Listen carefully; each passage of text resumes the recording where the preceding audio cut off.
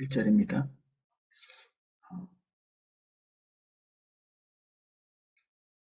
백성들은 모든 사람들이 다 듣기를 원하는 시편 기자의 마음이 이 호칭으로 이렇게 나와 있죠. 모든 사람이 다 듣기를 기대하고 모든 사람들이 다 알기를 원하는 그런 내용을 지금 말하려고 하는 것입니다. 세상의 거민들아, 여기 뭇백성들아 해놓고 또 세상의 거민들아 이렇게 얘기했는데, 이 세상의 거민들아라는 말 속에 이미 시편 기자가 말하려고 하는 어떤 의미들이 포함되어 있다고 볼 수 있습니다. 세상의 이 말은 눈에 보이는 가시적인 세계를 얘기하거든요. 이 이생과 내세를 포괄하는 전체의 세상을 얘기하는 것이 아니라 지금 현재 눈으로 확인할 수 있는 아주 짧은 실존만 있는 세상, 그 세상에서 살아가고 있는 이 한정적인 존재들, 그러한 그곳에 살고 있는 사람들, 한계성 있는 사람들, 그 사람들이 지금 이 시편 기자가 말하려고 하는 내용을 들으라는 거죠. 귀청 빈부를 막론하고 다 들을지어다. 모든 사람이 다 들으라고 하는 건데 하필이면 이 귀천, 귀하고 천하고 그리고 가난하고 부하고 이 모든 사람이 다 통용되는 그런 종류의 말입니다. 이런 말이 실제로 별로 없죠.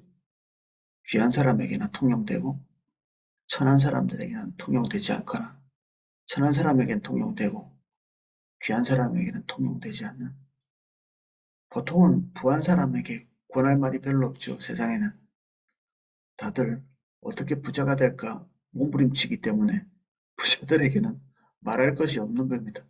모든 사람이 부하게 되는 방법에 대해서 귀를 기울이고 있기 때문에 가난하게 되는 법, 뭐 유튜브에 그런 건 없습니다.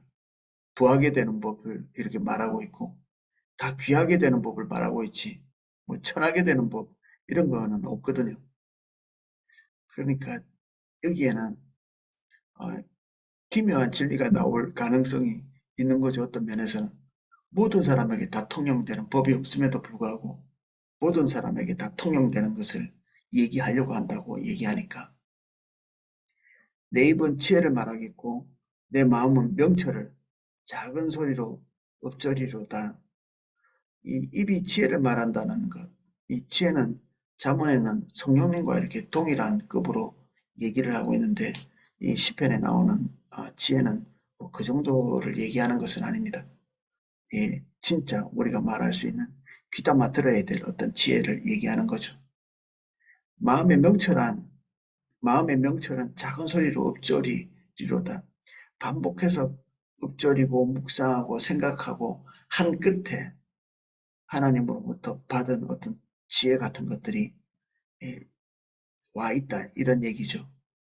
단편적으로 뭔가를 보고 순간적으로 깨달은 게 아니라 쭉 오랜 시간 동안에 생각하고 관찰하고 보고 한 그런 내용이라는 얘기죠. 내가 비유에 내 귀를 기울이고 수금으로 나의 오매한 말을 풀리로다. 죄악이 나를 따라다니며 나를 에워싸는 환란의 날을 내가 어찌 두려워하랴. 죄악이 나를 따라다닌다. 모든 사람에게 다 통용되는 것이죠. 어느 한 사람 특정적인 사람이 아니고 나를 에워싸는 환란의 날을 내가 어찌 두려워하랴. 두려워하지 않는다기보다는 이러한 환경에 처해 있는 우리 자신의 존재, 보편적 존재를 이렇게 얘기하는 것입니다. 이것을 극복하는 것, 이것을 극복하는 것, 이게 인간의 그 최대의 난제죠. 어떻게 하면 이 문제를 해결할 것인가? 죄악으로 인해서 우리에게 찾아오는 죽음, 죄의 삭은 사망이라고 말했는데 이 시편 기자의 통찰력, 이 구약시대의 사람인데 죄와 죽음 그리고 환란이 연결되어 있는 이런 사실을 통찰하고 있고 아,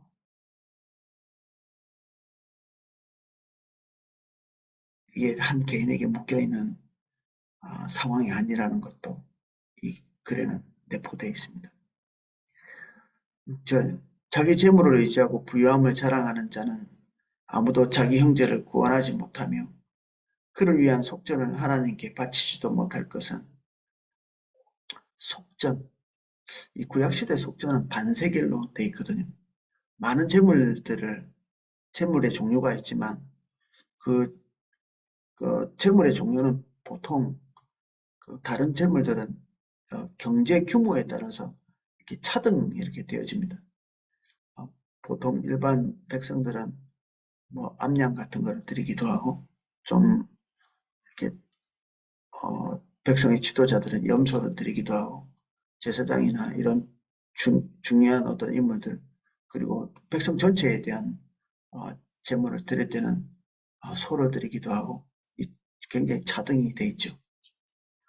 어, 정말 가난한 사람들은 집에서 기르는 비둘기나 아니면 그 아래 단계에 밀가루를 드리기도 합니다. 속죄를 위해서 하나님께 제물을 드리는 것이 우리는 이제 피로서만 된다 해서 구약의 것을 예수님의 그 십자가에 적용하기도 하는데 아, 사실 피 자체가 중요한 것은 아닙니다. 어차피 짐승의 피는 인간을 속하게 하지 못하거든요. 상징에 불과하기 때문에. 그러니까 너무 가난한 사람들은 이 피의 제사가 아닌 그 밀가루죠. 이 조그만한 밀가루 정도, 뭐 돈 1,000원이나 할지 모르겠는데 너무 경제적으로 어려운 사람들은 그걸 통해서도 하나님 앞에서 속전을 바치거든요. 어차피 이 상징적인 의미가 있는 겁니다. 양의 피, 소의 피, 뭐 이런 것들이 아니라 중요한 거는 자기 집에서 길리우고 자기 자신의 존재를 어느 정도는 담을 수 있는 것을 가지고 하나님 앞에서 나와서 이렇게 불태우는 거죠. 이렇게 자기 자신의 존재를 담을 수 있는, 자기 존재를 담을 수 있는 게 사람마다 다 다르겠죠. 좀 부한 사람은 밀가루에 자기 존재를 담을 수 없을 겁니다. 자기 존재를 담을 수 있는 거는 경제적 위치에 따라서 다를 수 있거든요. 한 황소쯤 돼야 자기를 담을 수 있는 사람이 있을 거고, 그게 도저히 미치지도 못할 그 양이나 염소나 이렇게 차등되어서 어떤 사람은 정말 밀가루 한 주먹 정도 되는 그 정도의 자기 존재를 담을 수 있을 만큼 가난한 사람도 있을 수 있겠죠. 뭐 1,000원에 물고 웃고 하는 여기 우리 교회에서 어, 일주일에 한 번씩 이렇게 뭐 노숙자 같은 분들한테 뭔가를 나눠주는데 멀리서부터도 찾아와가지고 뭐 라면 하나, 커피 하나, 그리고 이 두유 하나 이거 하는데도 사람들이 꽤 옵니다. 그 뭐 다 해봤자 한 1,000원이나 2,000원이나 할지 모르겠는데 그 정도에 그냥 그 노력을 하는 거죠. 그 멀리서부터 걸어오는 사람의 그 경제 수준이 천차만별이니까 제일 중요한 거는 예물을 드릴 때 자기 존재를 드리는 거죠.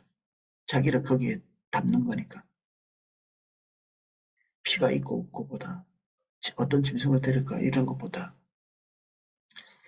어, 하나님 앞에서 재물이 그런데 속전, 자기 생명값이 속전이라는 뜻이거든요. 근데 이 속전은 반세계입니다. 모든 사람에게. 경제 위치를 따지지 않고 모든 사람이 똑같은 돈을 드립니다. 반세계. 요새 골드바는 모르겠고 은으로 된 1kg짜리 그 막대기, 은 막대기가 100만 원쯤 한다고 하거든요. 지금 이 속전은 반세겔인데 이게 11g 정도 됩니다. 11g이면 한 얼마나 됩니까? 한 몇천 원 정도 할지 모르겠습니다. 이게 사람이 1년에 한 번씩 자기 생명값으로 내는 돈이 뭐 몇천 원 정도 될까? 근데 이게 부자도 동일하고 가난한 자도 동일한 기묘하게도 모든 사람이 다 똑같이 내는 것은 속전밖에 없거든요. 그 말은 모든 사람의 목숨값이 똑같다는 얘기죠. 하나님 보시기에 빈부 그리고 귀천을 막론하고 그들의 생명의 가치를 보시는 하나님의 눈에는 부하거나 귀한 자나 그리고 뭐 천한 자나 가난한 자나 동일하다는 얘기입니다. 그 가치가. 근데 이 속량하는 값도 모든 가치를 다 담고 있지는 않죠. 사람 목숨 몇천 원 하지는 않잖아요. 근데 그 생명값이 하나님, 우리의 생명이 하나님께 속해 있다는 것을 계속 반복해서 기억하면서 그 속전을 내고 그 값이 너무 엄청나서 실제로는 그 속전을 마련할 수 없다. 진정한 의미의 속전의 값을 지불하려면 아무도 그 속전의 값을 지불할 수 없다. 뭐 몇천 원 정도야, 뭐 1년에 몇천 원 정도야 모든 사람이 다 낼 수 있겠죠. 그러나 실제로는 모든 사람이 다 그 속전을 낼 수 없는 생명값이다. 가난한 사람도 낼 수 없지만 그 어떤 부한자도 낼 수 없다. 뭐 세계에서 제일 부자라고 하는 사람이 뭐 2조 달러 뭐 그런 얘기를 하는데 우리의 생명이 그 이상이다. 모든 사람의 목숨이. 그래서 영원히 마련하지 못한다. 그 한 영혼이 천하보다 귀하다는 말이 성경에는 없거든요. 그 말 자체가. 그 마치 이렇게 성경에 있는 말 같이 하도 우리가 교회에서 많이 듣다 보니까 성경에 있는 말 같이 들리는데 실제로는 성경에 그런 말이 있지는 않습니다. 근데 이게 시편 49편의 이 내용을 보면 그 말 자체가 뭐 허튼 소리가 아니라는 걸 우리가 이해할 수 있겠죠. 하나님께서 한 생명을 그 정도로 귀히 여기시고 또 실제로 그렇고 하나님의 관점이 맞는 거니까 사람의 목숨값이 그렇습니다. 생명값이. 지금 우리 세종시 조소하고 가까운 오창에서 사람이 13명 이렇게 죽었는데 사람의 죽고 사는 것이 하나님 앞에 달려있죠. 그것에 대한 메시지도 분명히 있을 것이고 참새 한 마리가 떨어지는데도 하나님께서 그 생명에 개입하신다고 성경에는 기록되어 있는데 한 사람, 두 사람, 13사람의 생명이 떨어져 있는 그런 상황인데 하나님께서 개입 안 하실 거라고 얘기하기가 어렵겠죠. 하물며 뭐 수십만 명이 한 번에 재앙으로 죽기도 하고 이러는데 거기에 아무 의미가 없다. 네, 그 말이 안 되는 얘기죠. 우리가 어떤 죽음을 보든지 간에 우리가 그 죽음 앞에서는 진지해져야 되고 고민해야 되고 생각해야 되고 이게 어떤 의미가 있을까? 우리 전체에게 말하는 것이 무엇일까? 예수님은 실로암 망대가 무너져서 죽은 사람들에 대해서 질문하니까 그런 얘기를 하시거든요. 실로암 망대가 이렇게 그 시대에 망대가 무너져가지고 사람들이 깔려 죽고 그렇게 했던 그런 사건들, 오창에서 물이 막 차가지고 죽은 사건들, 뭐 이런 것들에 대해서 누가 질문한 거죠. 어떤 사건, 사고에 대해서. 그러면 그 갇혀 있는 사람에 대한 도덕률, 도덕성, 뭐 이런 것들을 얘기할 수 있는데, 신라한 망대에서 무너진 사람들은 그 사람들은 도대체 무슨 죄를 지었기 때문에 죽었을까? 뭐 이런 식의 이해를 가지고 질문을 한 건데, 예수님께서 답변하신 내용은 좀 충격적이죠. 실제적으로는 범죄와 관련돼 있으나 그들의 범죄가 아니라는 얘기입니다. 모든 사람도 지금 현재 그들이 처해 있는 이 죄의 문제를 급작스럽게 해결하지 않으면 장차 다가올 재앙을 피할 수 없다.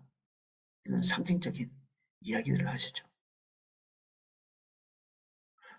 그렇게 본다면 대한민국에 닥치고 있는 이 어려움들, 뭐 멀리 중국이나 뭐 미국이나 이런 데서 닥칠 것 같은 이 자연적 재앙들이 지금 우리에게도 지금 밀어닥치고 있는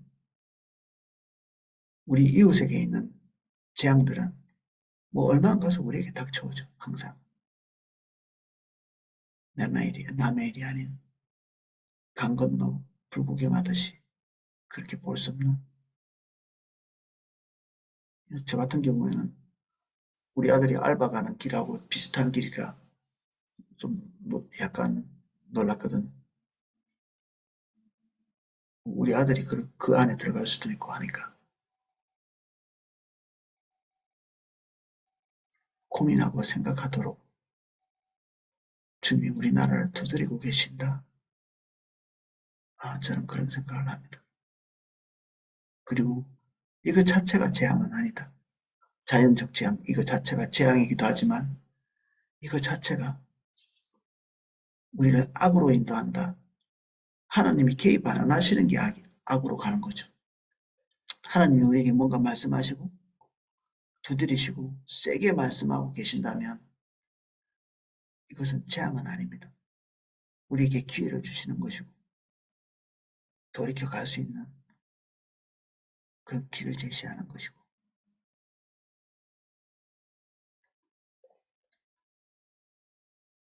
그가 영원히 살아서 죽음을 보지 않을 것인가 본다는 얘기죠. 몰라서 묻는 게 아니고 너무나 당연한 일을 당연하게 여기지 못하는 사람들에게 일침을 가하는 얘기입니다. 지금까지 쭉 이렇게 하고 싶었던 얘기는 재물이 우리 생명을 구원하지 못하는 재물에 포커스가 맞춰져 있습니다. 이제 우리는 기독교인이니까 금방 이 시편 49편을 보고 예수님을 금방 떠올려서 예수님만이 우리의 생명을 구원하셔. 맞는 말인데, 맞는 말이지만 이 시편이 우리에게 주는 메시지는 지금 예수님이 아니고 재물을 의지하지 않도록 하는 것입니다. 재물의 한계성을 말하는 것이고, 어쩌면 이 시편을 읽어야 되는 사람들은 지금 현재 자신의 삶의 목표가 재물에 대한 것, 지금 현재 쪼달리고 있는 자기 형편을 극복하는데 초점이 맞춰져 있거나, 뭐 안 그런 사람이 별로 없겠죠. 지금 다 뭐 은행에 빚이 있는 사람들도 많을 거고, 지금 이자율이 올라서 좀 생활비가 써보지도 못하는 돈이 뭐 굉장히 많이 나갈 수도 있고, 어떻게든 이걸 타개해 보려고 애를 쓰기도 하겠고, 그리고 앞으로 닥칠 일은 그렇게 희망적이지는 않으니까 경제적으로. 그리고 빚이 없다 할지라도 10년 뒤, 20년 뒤, 그리고 내일 먹을 것, 그런 것에 대한 고민들,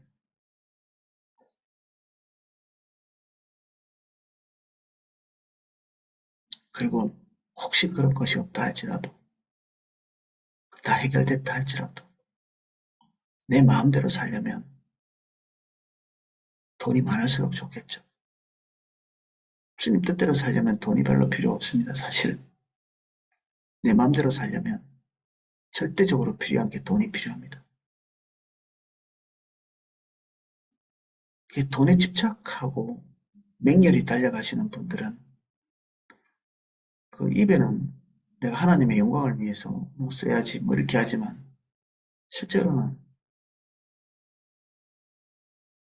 자기 마음대로 살겠다는 뜻이 많습니다.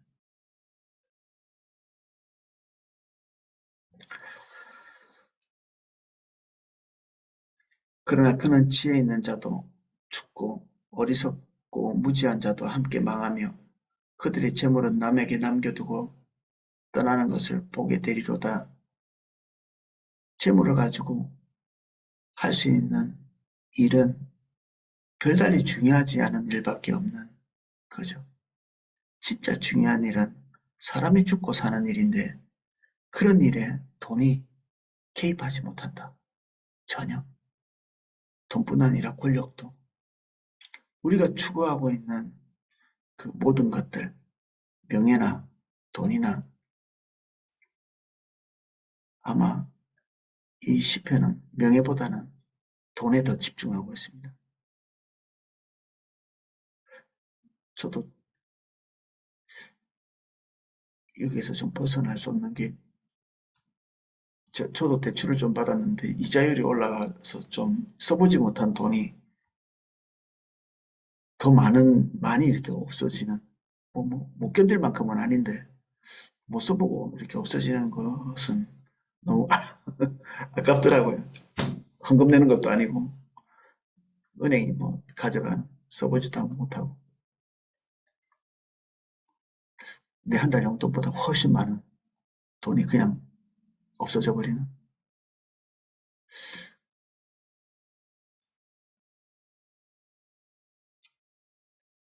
저는 이런 메시지로 받아들였습니다. 하나님 앞에서 더 검소하고 주님 찾도록, 주님 의지하고 살도록 촉구하시는 하나님의 음성으로 수용하고 받아들였습니다.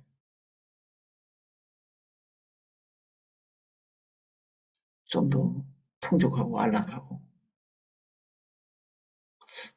그런 느낌으로 살고 싶은데 지금은 그럴 때가 아니라는 메시지죠. 하나님께서 우리에게 주시는 말씀은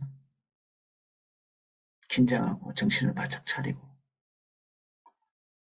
물질적인 것보다는 주님의 아젠다를 향해서 가도록 촉구하시는 그 촉구로 제가 이해하고 받아들였습니다.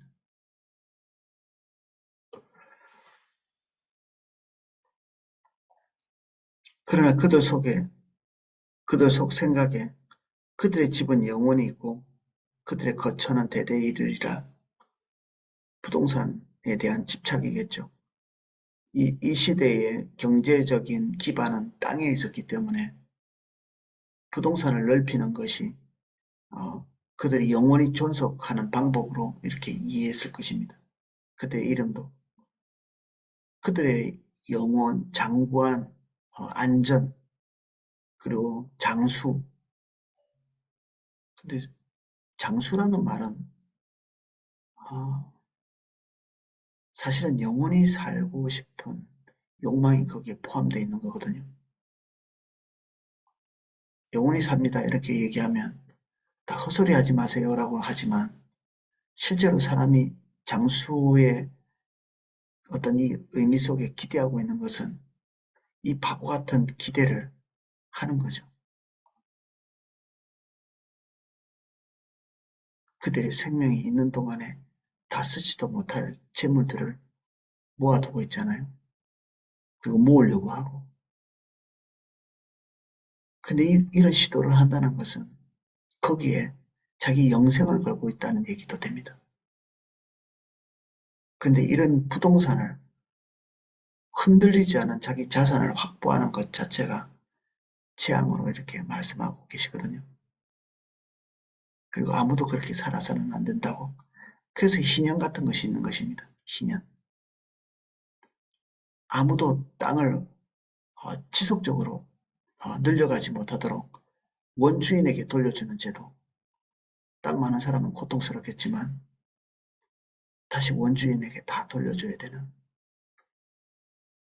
아모스 선지자는 이 땅이 부자들이 땅과 땅 사이에 땅을 또 사서 자기 땅을 이렇게 쭉 이어지도록 만드는 이런 행동을 재앙으로 얘기하거든요.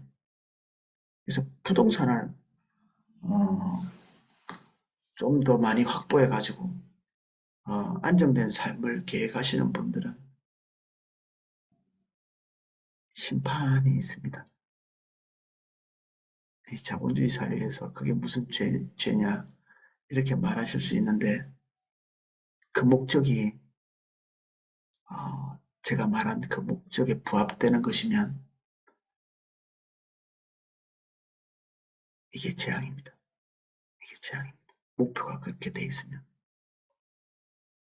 그리고 그 행동을 통해서 우리는 모든 사람이 다 공고한 삶을 살게 됩니다.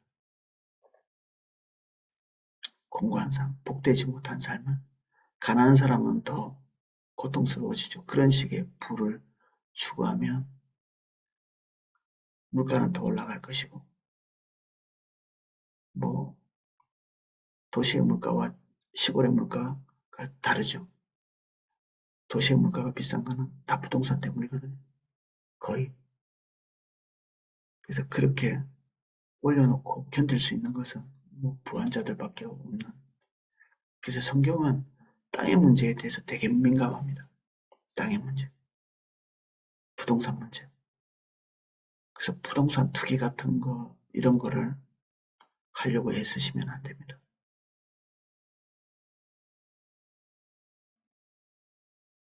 저도 부동산이 있는데 그것 때문에 이자 열심히 내고 있는데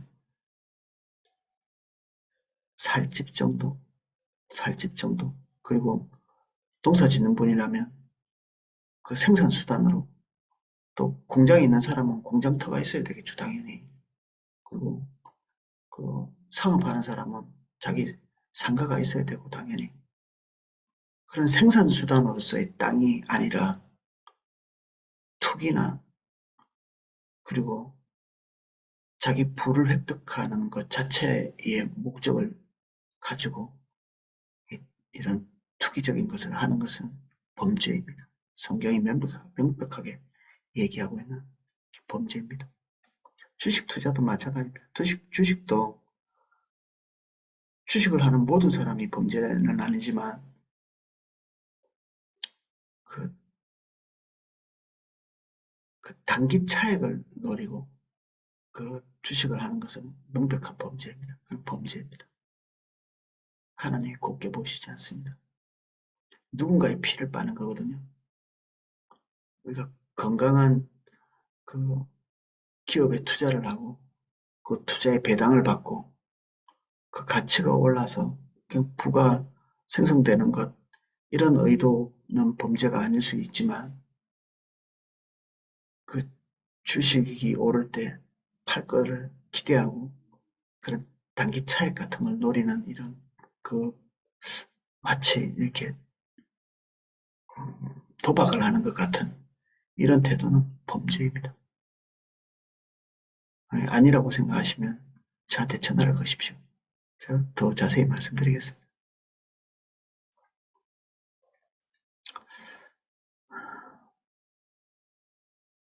그래서 10편, 49편,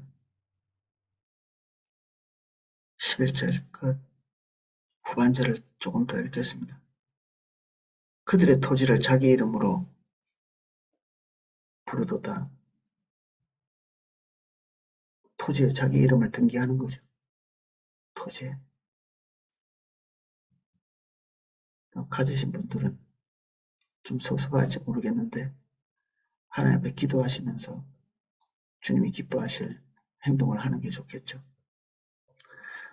사람은 존귀하나 장구치 못할 것이며 멸망하는 짐승과 같도다. 우리의 존재가 동물하고 똑같이 어느 시점에는 끝나게 된다. 어느 시점에는. 근데 그게 생각보다 빠르다. 그리고 우리도 얼마 남지 않았다. 제가 나이 많은 어떤 성도님과 성경부를 하고 계신데 이번 주에는 제가 그분에게는 너무 죄송하지만 그분은 지금 나이가 되게 많으세요. 이렇게 나이가 많으신데 주님을 잘 모르십니다. 내가 더 건강해지면 내가 더 이 사고가 더 명철해지고 더 깨끗해지고 내 마음대로 하면 해야 될 그 자기가 꿈꾸는 그 어떤 미래가 또 있어요. 이게 얼마나 야무진 생각일 수 있죠. 나이 많은 분한테 이런 말을 해서 그런데 지금 안 좋아지는 겁니다. 계속 몸이. 지금 좋아질 수 있는 연세가 아니고 그리고 이 지혜와 지능도 더 좋아지기는 힘들죠. 제가 그분에 그랬습니다. 예수님을 믿고 영접하고 주님의 인도를 따라가시는 분에게는 제가 절대 그런 말을 하지 않을 텐데 그분에게는 지금 기회가 얼마 남지 않았는데 예수님을 지금 영접하지 않으면 안 될 절박한 상황인데 지금 성도님은 이 삶을 준비할 때가 아니라 죽음을 준비할 때다. 그분이 아마 충격 많이 받으신 것 같아요.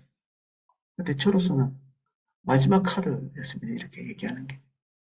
뭐 다음 주에 안 나오실 수도 있지만 지금 지루하게 계속해서 옥신각신할 수 있는 그런 그런 때가 아니라는 그 조급한 마음이 제 안에 들어와가지고 좀 강력하게 이렇게 직면할 수밖에 없었죠. 사람은 멸망하는 짐승같이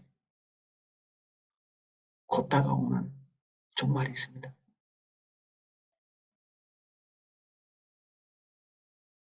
종말.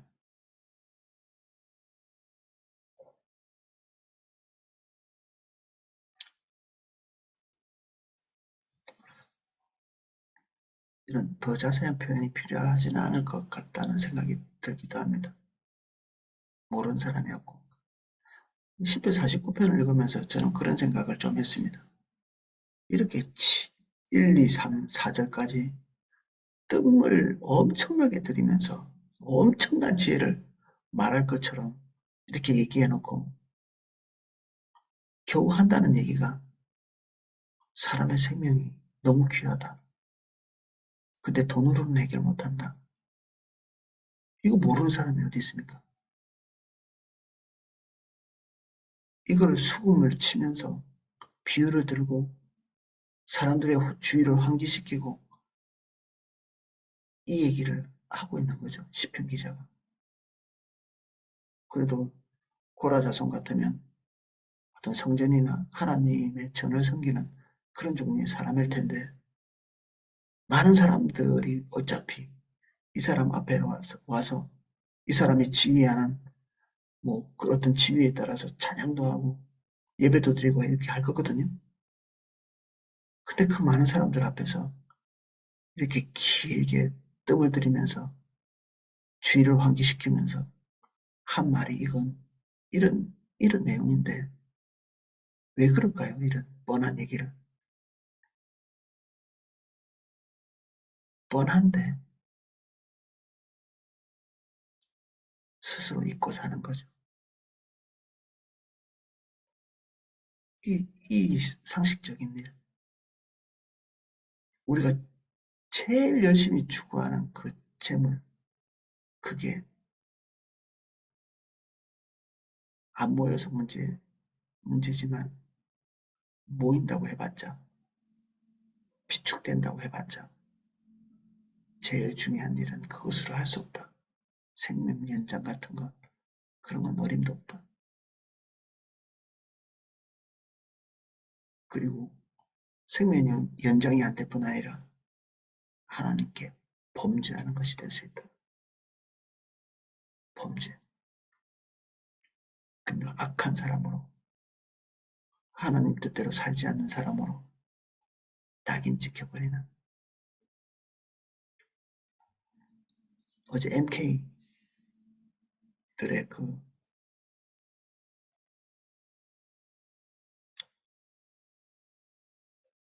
어떤 문제점, 그에 빠지지 않는 것이 가난하게 사는 거였거든요. 가난하게 사는 것.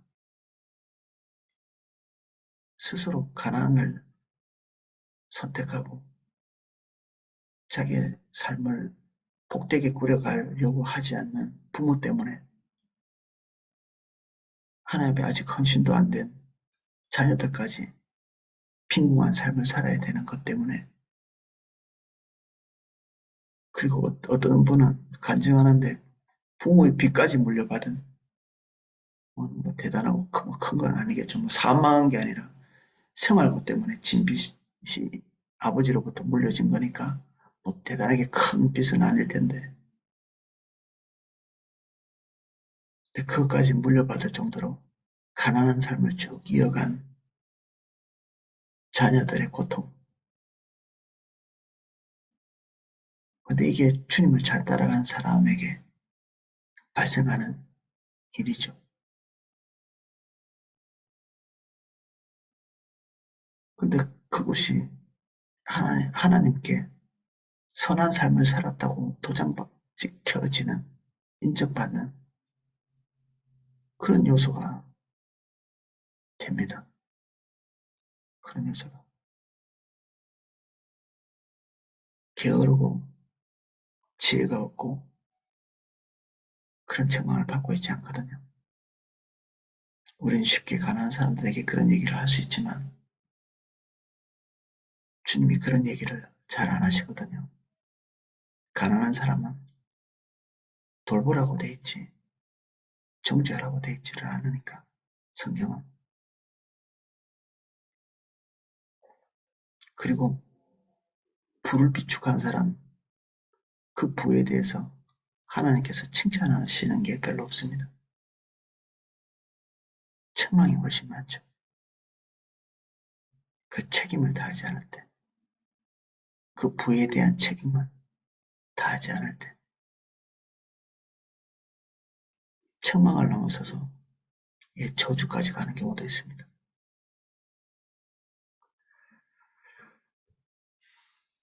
오늘은 여기까지 살펴보겠습니다.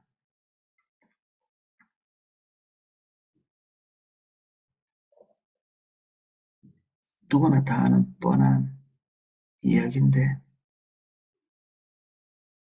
이 뻔한 진리에서 교훈을 얻는 자가 별로 없습니다.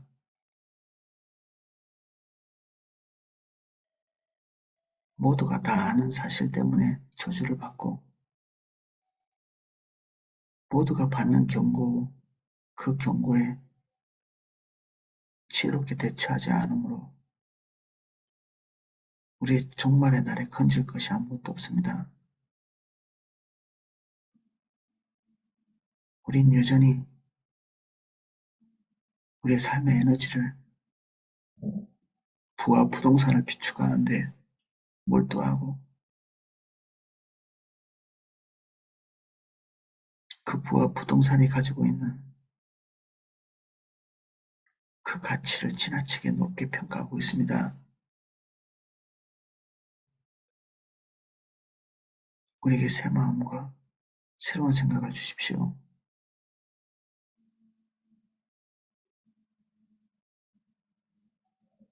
오늘 주님께서 우리에게 말씀하시는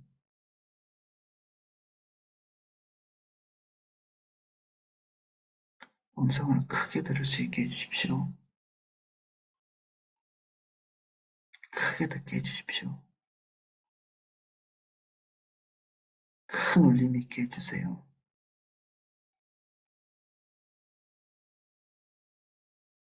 지금 이 나라에 벌어지고 있는 하나님의 큰 음성에 귀를 기울이게 해주십시오. 예수님 이름으로 기도합니다. 아멘.